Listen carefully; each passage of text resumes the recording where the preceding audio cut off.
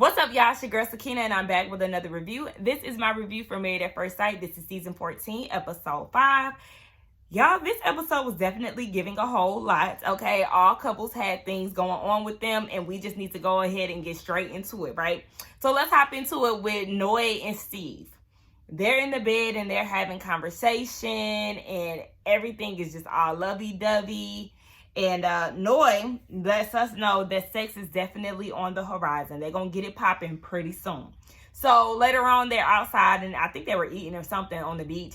And Steve is saying that he wants to find a campground by the ocean. And Noy tears that down real quick. Like, I don't want to be out here. I don't want to be dirty. I don't want to be showering with public stalls and things of that sort. Noy, I'm not mad at you, because one thing about it, I hate public bathrooms. I feel like it's the most disgusting thing. 9 times out of 10, it's a tragedy inside of that public bathroom. It's germy, it's stinky. People act like they have no sense of control when they use public bathrooms. Like, it just ill. I will hold out with a quickness before I go and use a public bathroom. Like, if I'm using a public bathroom, it's by force, because I just simply can't hold it anymore. Nonetheless, child, they're having a conversation about pooping later on, speaking of like hygiene and using public bathrooms and things like that. And they're saying how comfortable they are in their relationship. As of now, it is 3 days within the marriage. And they just said that you need to kind of talk about these things. And I got a question for y'all. Anybody who's in a relationship or in a marriage, in my comments, y'all let me know, at what point do you get comfortable with your significant other to where you're okay or comfortable with pooping in front of them? Because I just feel like I have no problem with talking about poop and all of that, but it's just like the action of actually doing it. Baby, I would not want you to go in the bathroom for 45, 35 minutes. Like, I just... When I tell y'all, I would be shook to my core. Like, do not play with me. I would be doing all kind of courtesy flushes. I would be spraying it down. Like, I would be so nervous. I wouldn't know how to handle that type of situation. But Noy is talking to production, and she is letting them know how she is basically so head over heels for him. They are comfortable with each other. She's loving the chemistry. And sis thinks she might be falling in love. I said, huh? Okay. And then after that interview, she went straight to Steve and told him what she said to production. And he might as well have hit her with one of them shoulder grips like that, and hit her with one of these. Like, all right, that's good to hear. Like, honey, he couldn't be bothered with that. Like, he heard what you said, and that was that. Like, and she felt some type of way. Like, you can just hear the record scratch. But my thing is, Noy, how do you expect him to feel within 3 days of the marriage? And when you get ready to tell somebody that you love them or you're falling for them, you have to expect, especially in this situation, you have to brace yourself for a response that you may not want to hear. And Steve did not say that he loved her back or anything of that sort. But y'all are 3 days in this process. Everybody processes things differently. And realistically, are you even really there? Because at this point, we already know that you will go overseas. She will cross the ocean for you. Okay? Sis is a hopeless romantic. So it's just like, pump your brakes and look at it for what it really is before you really start getting into that. But we're going to get more into them later on. Moving on to Jasmina and Michael. Now, we know that they had their disagreement last episode, and they're coming off of the next day from that. I don't even know if I worded that right, but whatever. It's the next day after that. That's what I'm trying to say. So Michael was telling Jasmina that he feels the distance between them since the wedding. Sir, 3 days. Okay, you gotta take a shot every time I say it's 3 days within the process, because we're gonna get drunk tonight on some Watch What Happens Live shit. Okay. The word or the phrase is 3 days. It's only 3 days within the marriage. So I get really weirded out when people act as if they know me, like, so soon.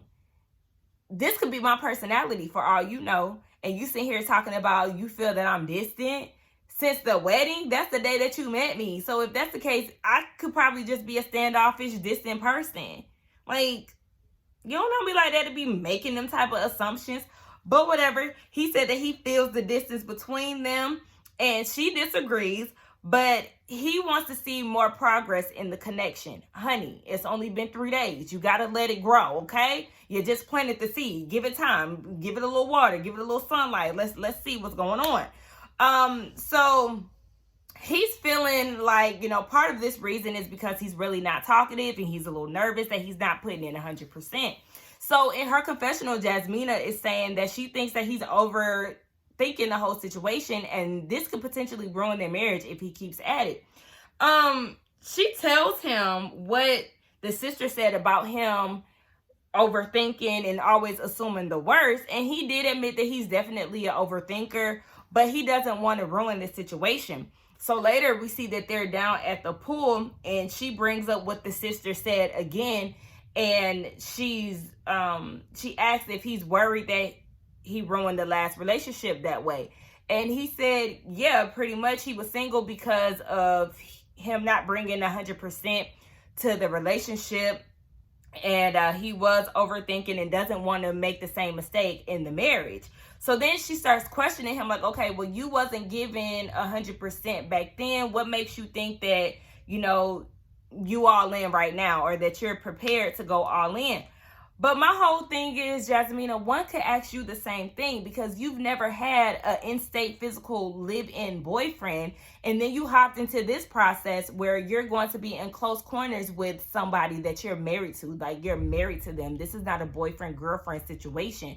So one could question whether or not you're prepared to make this next step, because you haven't even experienced it before. You haven't experienced the in-state boyfriend, let alone a marriage. So both of y'all are getting into some things that y'all may not really be prepared for. He said that he wants to make sure that the person knows that the effort is there. And he thinks that if the person could see him not putting in effort, then that's when he gets nervous. So then she wants to know where all the overthinking stems from. And it's because of all the loss that he's experienced in his life. He shared a story about his brother dying in front of him, and that's a lot to deal with. After that, it's just kind of like, tragedy after tragedy. Parents, grandparents, aunties, friends, like that is a lot to put on a person. And Michael is still in his 20s, so that's just like, I could not imagine, and I definitely feel for him. And he said that he kind of viewed the world as if he's just waiting for something bad to happen. So she said that she gets where he's coming from, but you can kind of look at life in two different ways. You can move in fear, or you can live life to the fullest. And he had to let her know, hey, I am a happy person. I just always assume the worst to kind of protect himself from getting hurt about it. So he said that he likes to process things on his own. We know that he is a loner. And he said over time that kind of built a shell around him. And she's nervous because he may be taking these moments and not really living in them. And I feel like that's fair. That's fair for Jasmina to feel that way, because, if you're always in your head, how are you going to be present? How are you going to enjoy what's in front of you? So, Michael, I really need you to get your stuff together, because I really feel like you and Jasmina could have something good if y'all get out of y'all's ways, because both of y'all got some issues. I mean, we all do, but it's just like, yeah, y'all got to cut all of that out. So moving on to the cunt and Chris, okay? Because let's just go ahead and call it that. The cunt said, I hoped I'd be spending the morning with my husband, but that's not the case. That's because you a fool. But okay. She said she keeps thinking about how and why did this happen to her. First of all, you decided to get on a show where you have a shotgun wedding, like I said before, and you placed the husband in the hands of experts. So you're so hung up on attractiveness or attraction, and you really aren't worried about these core values that you keep talking about you and Chris have differences on, that you never even spoke about.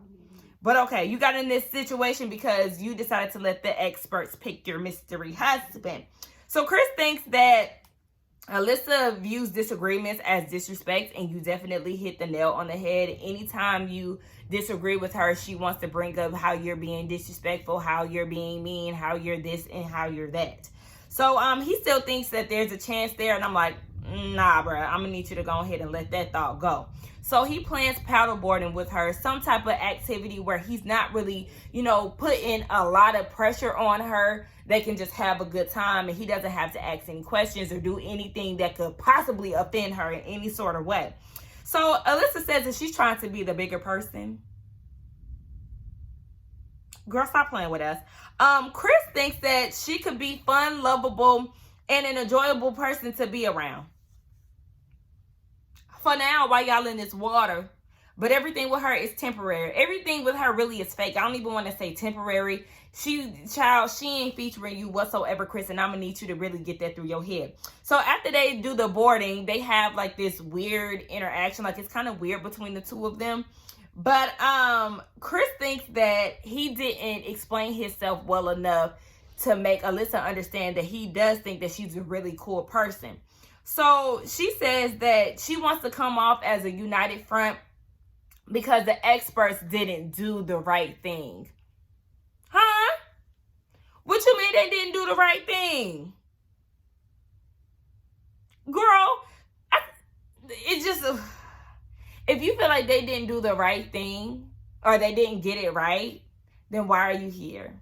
Like, literally, why are you here? I'm with the people when they say they feel that you're here for a free trip to Puerto Rico, because it just doesn't make any sense. If you're so sure that you and Chris are not meant to be, then baby, you should have just stayed home in the comfort of Boston. Anywho, she then tells him that she had spoke to a psychic, and this psychic was letting her know that her soulmate is a guy with very pretty eyes, and he has an eagle tattoo. Again, everything is very surface based with her. Everything is based on looks. And that's exactly what this psychic told her. And she's just kind of like bummed out about it, because obviously Chris doesn't have an eagle tattoo, and to her, I guess he doesn't have pretty eyes. So Chris pretty much thinks that she's shallow. I could definitely tell that. And I'm like, yeah, we're all on the same page here. Is that all you can bring to this marriage? Looks? Because we can tell you right now, sis, you ain't really hitting no shit, especially without makeup. So moving on to the MTSs, okay? Lindsay and Mark. They actually consummated the marriage, honey. They smashed and got it in. I said, okay, look, we seen it coming, or at least I can say I seen it coming, especially with Lindsay saying that she was so into him and she loved how he was and supportive of her with everything that happened with Elijah and all of that. So she was annoying me when she was doing too much of that, laughing like, girl, okay, y'all consummated the marriage, simmer down. So she's telling him that she's getting them prepared for a pina colada class. And Mark the Shark had to say, hey, are they drinking like a fish? Go ahead and stop that right now, because he said, can we pace it out? He wanted to do like 1 or 2 drinks. He said, because you was doing way too much, honey, on that plane. Bottom line. And I did watch that after show. You was dead ass wrong, Lindsay. That whole victim blaming or playing the victim shit that you was doing. No, ma'am. No, ma'am. You was acting belligerent on the plane. Loud as hell, to where the flight attendant had to tell you to calm down several times. Alyssa was co-signing it too. So it's like you was showing your ass on that flight. And then you came to him before the flight and told him that his shoes looked cheap. Like, you was definitely poking Elijah.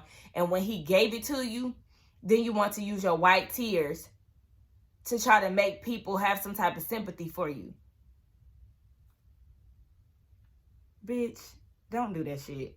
So he wants no repeats of yesterday. And he basically sees her drinking as a problem. And Lindsay tried to make it seem like it wasn't the drinking that caused what happened on the flight. She charged it to tiredness. Girl, and then that's when he cleared you and said that you had 3 bottles of wine. Why did you allow her to drink 3 bottles of wine? Because that's wild. Like, wine is nasty. I'm not drinking 3 bottles of no type of alcohol. I don't like wine at all. Like, give me a cocktail. I don't want to sip on no wine. I barely want to sip on champagne. Like, I don't like stuff like that. I need some juice in the mix of my alcohol. Child, okay. So they get down to this pina colada making class. And Mark said that there's not a boring day with his wife so far. He doesn't know if that's incredible or if that's going to be boring. I said he tired of her already. What do you mean a boring day would be incredible? That line said it all for me. You are wearing Mr. Mark the Shark the hell out, Lindsay. So they get into a conversation about their dating history. And Lindsay said that she dated a whole lot of engineers and they all cheated on her. So then Mark starts talking about his first love and how that happened out of college. And she was very emotional when she drank. I said, you're triggering this man, okay? You're bringing him back to a place and a time when you was acting a damn fool on that flight and when you was acting a damn fool at that wedding. That's why he's like, oh, you just a lot to deal with. And that's why he's trying to get you not to consume so many pina coladas. He said that the first love, she would get drunk and she would say some harmful things. So she would say, you know, I love you when she's sober. But then when she's drunk, it's I love you, basically like as a friend. I love you, but I'm not in love with you. I said, taking all kind of verbal abuse. And you're going to be doing it again with Lindsay because, again, Daddy had warned us about that tongue. Anyway, he said that he dated somebody else during COVID. And, I mean, there really wasn't too much to tell about that. He just said that sis found out that she was pregnant by somebody else and the man was treating her like shit. And he couldn't wrap his mind around why men treat women that way. So Lindsay said that he really sounds like a people pleaser and he doesn't really put himself first before other people. So he said that he was definitely the emotionally stable one in relationships or, you know, just in any relationship that he was in, friend-wise or anything like that. So Lindsay said that she wanted to make sure that he's honoring himself and she wants to support him in his role and not the role that he wants to be for her. And I thought that was very thoughtful of her. When Lindsay is not drinking, she could really be like a logical, sweet person. But then when she get to drinking, she get to acting real ignorant. And when she pulled that Karen move, we can't respect that. So then we see that the group gets together and Elijah Wan did say that Lindsay sent him a DM on Instagram apologizing about the situation. Remember, he did say last week that he did not need an apology. He was just willing to move forward. For me, the fact that she did apologize, you could have came harder than that. I'm going to need you to give me a face-to-face apology because you was taunting that man. Like you kept playing with him and when he went off on you or when he set you straight, then you tried to go into your white woman role, and that's unacceptable. So yes, you should have gave him the decency to apologize to him face to face instead of sending him a DM when you have access to him. Child, okay. So they get on this boat ride. All the couples are together, and Elijah Wan wants to know who consummated their marriage. We already know that the MTSs, they did consummate the marriage, and Noy and Steve, they choose to keep that part of their marriage private. So, and I didn't mention this, but it is necessary to bring it up now. Michael and Jasmina, they didn't consummate the marriage, but Jasmina basically said that that's something that she wants to wait on. See that everybody separated and they're having conversations. So the girls are talking and Noy admits to falling in love with Steve. And Steve saying, thank you, sis. Are you feeling a kid? Thanks. And we see that Steve is talking to the guys. And he said, baby, he's scared because it is a little too soon. And he is not there yet. So then Michael wants to know how everybody is finding the balance. And kind of like taking the pressure off of the situation. And just going with the flow. So Steve said that if you feel like you're being too forward and you could potentially be starting up some drama or any type of conflict, just kind of fall back and let Jasmina, be the one to ask the tough questions if need be. But kind of just, you feel like there could potentially be a problem, release it, let it go, step back, avoid it, sir. So then Steve asked Elijah Wan if he's having any problems or any issues. And did I skip them? Yeah, I don't know what happened to my notes, but Elijah Wan and Katina, they went to the gym, and Elijah Wan was basically like a drill sergeant, like trying to get her together, trying to make sure she's doing the workouts correctly, telling her to smile. I'm like, don't be trying to tell me to smile.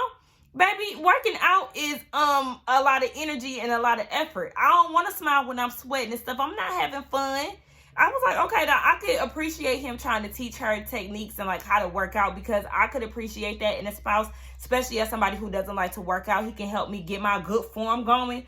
But yeah, he said that he was telling the guys that he was doing that on purpose to basically test her to see if she was going to be a pushover and she was going to let it slide. And she was very vocal about how she felt about it, and he could appreciate that because he doesn't want her to be passive just because they're like in this honeymoon phase. I wasn't mad at it. You know, it is what it is, child, but don't be trying to put me to the test all the damn time. So we see that Alyssa is questioned by the ladies about what's going on with her and Chris, because, you know, they had their differences on their wedding day. Alyssa doesn't want to talk about it, of course. And she said that her and Chris are in a good place. Since when? Okay. I said you never want to discuss how you behave or what happened between you and Chris, because it's always some ridiculousness going on. So Lindsay is trying to see if they're going to move in together, and she clean flat out tells Lindsay, let's move on to something else. I said, okay, go home then. How about that? Like, you don't ever want to talk. It's like she don't ever want to talk about nothing. You don't want to do anything. Baby, it's time for you to pack your bags. So Lindsay tells the girls that she thinks that Mark the Shark is the one for her. They're the perfect match. And, you know, she really wouldn't pick him out of a bar. But, you know, that's bae. She's in love. And all the girls was like, oh, you know, that type of shit. So then we get over to Mark and him having a conversation with the men. And he said that the wedding was a lot and the flight was too much. I said, see, look, y'all got two different feels, honey. He said that he doesn't like the way that she behaved, and he doesn't understand it because there wasn't anything that triggered her. So Elijah asked, is her energy tiring him out? And it's just a lot for him. And we seen it coming. I seen it coming on the wedding day, just off of him saying that she was a lot of energy and stuff like that. Like, you're out doing Mark the Shark, and that's a lot. I knew she was going to do that. So Steve said, this sounds like a deal breaker for you.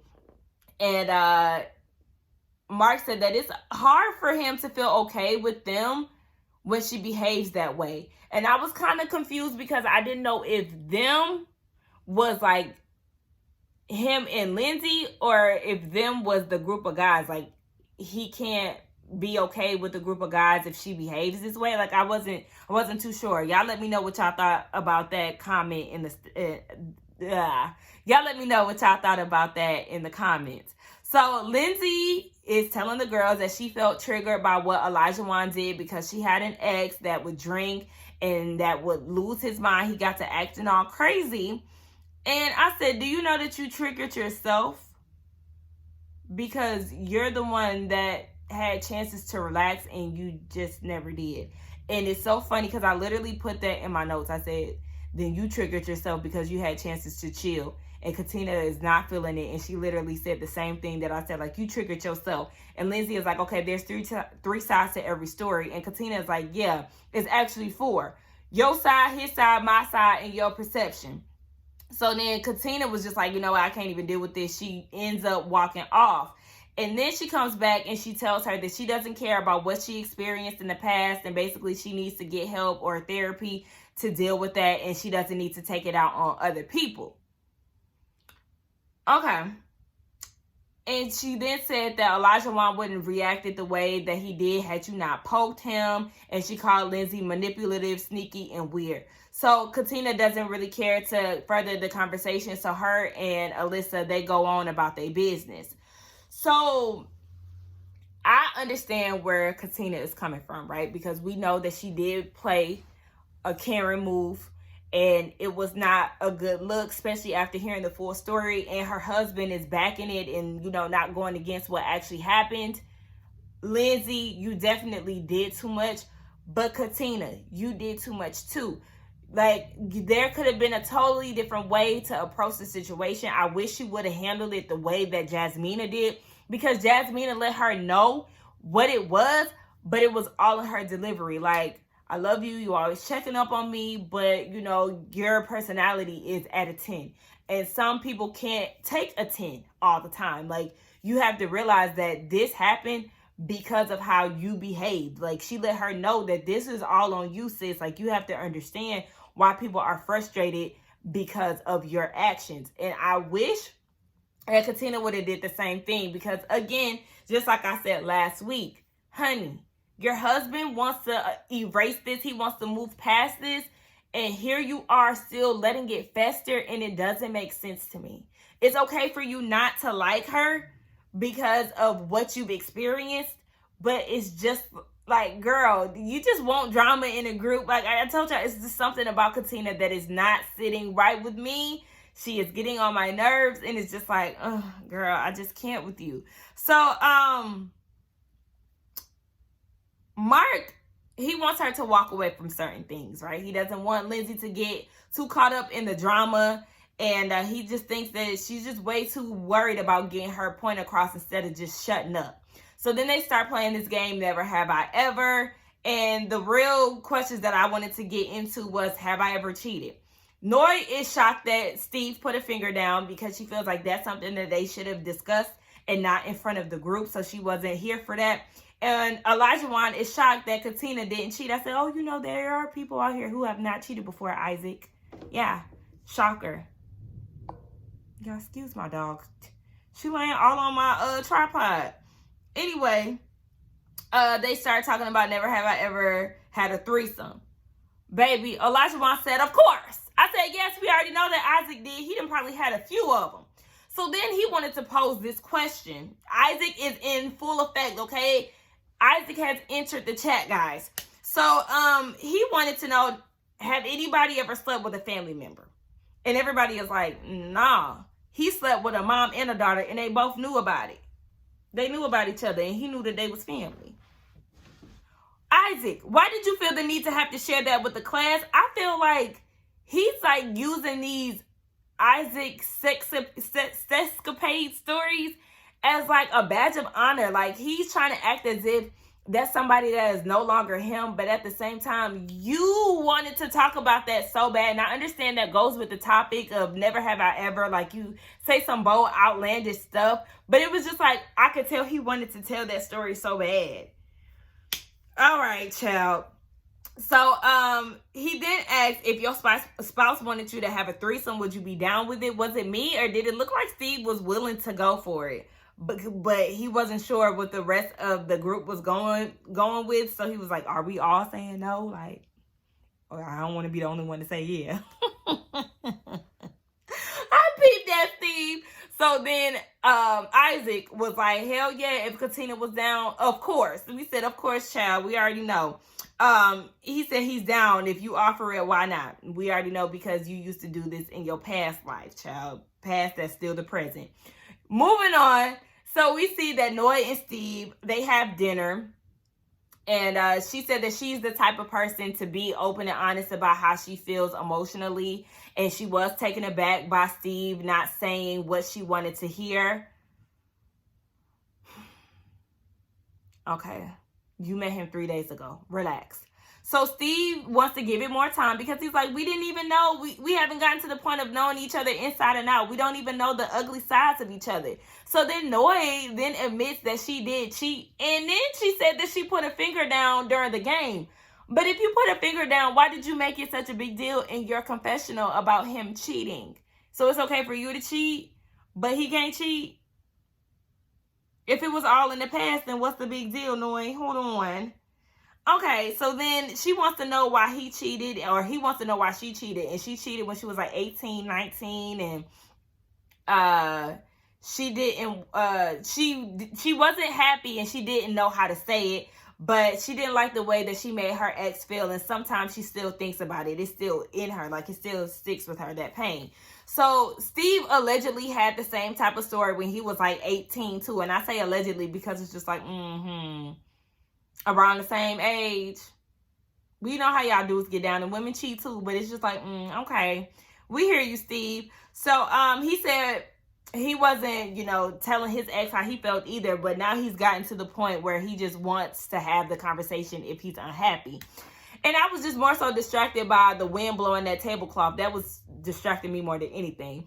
So then we see later on they're at the pool, and they're talking about how much they like each other. And Noy cries in her confessional because she feels like she's very grateful for having a second chance at love. Sis, You're emotional and you can't let go. How many times has sis cried throughout this 3-day process? Girl. All right, so Jasmina and Michael. So Jasmina tells us that her and Michael are having some trouble in paradise, honey. They had a conversation and Michael didn't like the fact that she supposedly cut him off when they were having a conversation on the boat about consummating the marriage. Now, they did the flashback. I didn't remember seeing it, and then they did the flashback, and I knew that I wasn't tripping because it never happened. So, Michael, sir, you want her to apologize for something that never happened, and I'm with her, baby. I'm not apologizing because it didn't happen. Like, she didn't like the fact that he was so adamant and he was aggressive in his tone. Like, he was just giving her way too much, and at this point, she's not tolerating disrespect, and she wants out of the marriage. I said, ooh, wait, out the marriage? Y'all sure do find easy ways to get out of a marriage 3 days in, both of y'all. Because remember last week, Michael was saying he has to think about whether or not this is something that he wants when they had their disagreement about what happened between Elijah and Lindsay. Child, way too much. So we get them at dinner, and Jasmina got her red lip. I said, okay, ma'am, it's real quiet. It's real awkward. And Michael wants to know, does she have any expectations out of him? And she was like, yes, baby, talk to me nice, okay? Show me some respect. We're not doing that disrespectful communicating. So he didn't like her response in regards to their conversation because she basically didn't say sorry, but what she said was, I'm sorry you felt that way. And he didn't like that. I said it was giving passive aggressive. It definitely was. There was a different way that you could word that, Jasmina. You could have been like, I'm sorry for making you feel that way. That wasn't my intention. I truly don't believe that I said that, but I do apologize if I made you feel some type of way, or for making you feel some type of way, because we don't say if in apologies. So, she said that he should be okay with what she said. And he was like, okay, so if I did that to you, would you be okay with that? And she said, yeah. Girl, why you sitting here lying? You would not be okay if he gave you that same energy. And we already seen that just off of how you reacted last week to the disagreement that y'all had. Like, girl, okay. So he wants to agree to disagree. And I'm like, no, let's not go down that route because the issue is still going to be there. So at this point, Michael just decides to accept her apology because she truly believes that it didn't happen. But she just feels like he's saying that because he don't want to go to bed mad at you. And I don't want to go to bed mad at me. Shout out to Neo. Come on with all the songs. But, he said that he just rather point it out in the moment when it happens next time. And I'd rather you do that as well. Even though this situation never even happened, you was definitely in your head, and you, sir, in fact, were wrong with this situation. So she didn't like his delivery, and he said that's something that he needs to work on because his friends and his family have let him know that he does come off with an aggressive tone, and he wants to fix that for when they go to Boston. I said, not you trying to wait until y'all go back home to Boston. No, change it now. What do you mean? But Jasmina really ain't feeling him. So, child, we just gonna see if she loosens up a little bit. Well, actually, in the previews for next week, we learned that she does have a little good time with him and whatnot. But, we're moving on to Elijah and Tina. So she lets Elijah know that she went off on Lindsay, and he really ain't for that. Do y'all notice how fast he shuts that shit down every time? Like I said, it's like she wants to be mad and he wants to move on. So he shut that shit down. They start talking about these Isaac stories. He said it was the immature him. Honey, Isaac was driving that boat y'all was on. Stop trying to act like he was in the past. He was there, okay? He was driving the boat. So Katina, she starts acting as if she wasn't bothered by the things that he was saying. But girl, yes, you are. Because you even said it last week that you can't help but to think about his past and what he's done. She said that she doesn't want to share her marriage. She ain't into sharing pain, honey. And she thinks that Elijah wants to brush off Isaac. But like I said, no. Isaac is still there. He's there in living color. He is inside of Elijah the same way that Buddy Love is inside of Sherman Clump. Stop playing with us. Shout out to the Nutty Professor. But he says that it's easy to be vulnerable with her, and he's never had that before. And he even deleted his Instagram for her to show his commitment and his lust for her. But then he told her, don't get too caught up on the lust part. I feel like he was trying to replace the word love. He was trying to replace love for lust, but it's just like, or lust for love. He didn't want to say love, so instead he said lust. And it's like, you could have just left it right there at the commitment. And why you feel like you need to delete your Instagram? So you mean to tell me you can't have an Instagram and not cheat? What about your Facebook? Because I thought that's where you was really slanging peen the most, down your Facebook timeline. Child. Red flag. Flashing. Child, is giving you ain't got enough self-control. You can enjoy social media without talking to girls. I enjoy social media without talking to these men. Child. Anyway, that's Isaac. They said that they haven't spoke about sex. And that's not really something that's in the talks for them. And Katina said that she hoped for a man that had some type of control. Girl, he was gonna smash you if you let him on the first night. But go off, sis. Elijah Wan claims that he wants to know her ins and outs, but like I said, before they, get intimate with each other, but like I said, you was willing to take her down on the first night if she would have let you. Okay. So they get to the room and he's bigging her up. He's talking about how she's his guardian angel. And when I hear guardian angel, I always think about people that passed on. But okay. And he started giving this big speech and he started crying. I said, ooh, baby, trying to get it in tonight. That's what it is. He working overtime, okay? He been working on it, putting in overtime. Y'all, I'm so sleepy. I'm sorry. So she said that she feels like she could be falling for him, and he talking about this is black love, and I instantly hit one of them because, like, is it? Y'all only knew each other for 3 days, and I cringed so bad when he said this is black love. Like, ugh, stop playing with us. So she started crying too, and in her confessional, she just, gushing over him, and I'm like, ugh, y'all getting on my nerves. Y'all getting on my nerves because it's just something so cringy about this whole situation. Moving on to Chris and the cunt.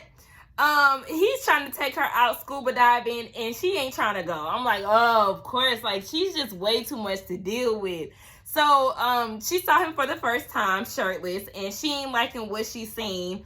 I'm like, girl, you reiterating again that he is not your type. We get it. So then the producer asked her what she wants to do, because at this point Chris is living his best life. He's scuba diving and she goes and sits down to get something to eat or something. So the production is like, okay, so girl, what do you want to do? And she says she wants to leave here. Production, that's y'all cue to pack her bags and send her ass back to Boston, because I'm not understanding why y'all allow her on this trip when she's not participating in anything. She doesn't want to have conversations with the cast members. She doesn't want to interact with her husband. Baby, send her ass back to Massachusetts, because it's not making sense to me as to why she's here. So then she says that she's mad at her mom because she called her, and her mom is basically telling her, get your act together because you're looking like a damn fool on this TV. You need to be trying to interact with your husband. And so at this point, she's crying her white woman tears, and I'll bust out laughing because it's like, this bitch is just out of order. She's way too dramatic. It's like, girl, you're delusional. Like, you're creating these problems with Chris in your head. The fact that I'm going to be the bigger person, and I'm trying my best, and I'm a nice person. Like, all these words and things that she's using, it's like, girl, you're the problem. It's you. It's not Chris. It's you. And your mama is trying to save you because she know that Twitter is going to eat you alive. And that's what we've been doing because we don't see it for you, little cunty. But anyway, yeah, so she was like, I don't feel comfortable. Paddleboarding is an activity. We didn't really have to do too much talking, and she didn't have to be next to him. And she doesn't want to swim because swimming isn't an activity. Since when has swimming not been an activity? Ain't you being active? Ain't you actively swimming? Okay, child, let her have it. So she then sees Chris coming her way, and she's saying that she's not happy. She tells production, please tell him, do not come over here. I do not like him. And at this point, I want to smash her upside her damn head. Like, sis, Send this whore home. Seriously, she has one of the nastiest attitudes I've seen. I think she might have the nastiest attitude out of all. I started watching this show when they were, when they were in DC? What's the girl Taylor with the real bad wig? And she had the husband who had a bad attitude. Them. Yeah, I started watching it that season. And ever since then, like, I feel like she's the worst. She has the nastiest attitude out of all the women that I've seen from then on. Like, girl, ooh-wee, child. Okay, so we moving on. Because she just keep trying to hurt my boy's feelings, and I ain't featuring that. We with Mark the Shark and Lindsay. Mark is stressed out, honey, okay? He's stressed out since the wedding. He is not liking what he's seeing with this whole Lindsay and her behavioral issues. He said that he loves their core values. He's telling her this over dinner. And he said it's just like this honeymoon thing is so conflicting. So she's like conflicting, like, wait, what's going on? And he said that he doesn't like the issues that she has with the other couples. And he said that it's really taken away from their personal time. And I understand exactly what he's saying, because it's like, girl, you're also another one that loves the drama. So Mark wants to take the process a bit slower. And he just wants everything to flow organically. And he doesn't want to get too distracted with the whole lovey-dovey situation. And in his confessional, he's saying that her drama is affecting the mood. And I wish he would have said that plain and simple for her, so she can understand that her actions is the reason why he's not vibing with her the way that he once was, or he thought that he was, because she's just doing way too much. So Lindsay is annoyed, and she was like, baby, I can pull all the way back. Like, there is no in between. So if you want to pull back, let's go. So I'm like, girl, at this point, that's how you know that you're doing too much. If you got Mark the Shark, who likes to move through relationships pretty fast and likes to move in after date one, if you got him wanting to slow down the pace, then you know, honey, it's something up, child. You done did a little way too much for him. So she then goes and tells Mark that if you want to slow down, then you need to stop trying to show me all of you. Like, you need to stop trying to clog the toilet, chewing with your mouth open, farting. And I was like, okay, did y'all notice that she was like trying to do like a subtle jab and trying to embarrass him? I said, yeah, we seen some of that tongue action that your dad was talking about, because you made it your duty to try to embarrass him. And I ain't like that, because he wasn't trying to embarrass you. He was just basically letting you know that, yeah, some of your ways is just a little too much for him to handle. But you wanted to try to make it seem like he like this dirty person, he this, he that. I ain't like that. But she was like, if you're gonna tell me that you want to see each other less, or you know, you need to take notes for yourself. And I'm like, he's not trying to say that he wants to know you less. That's not what it was. You just can't take what he's saying, so you're getting defensive. So then they go, what happened?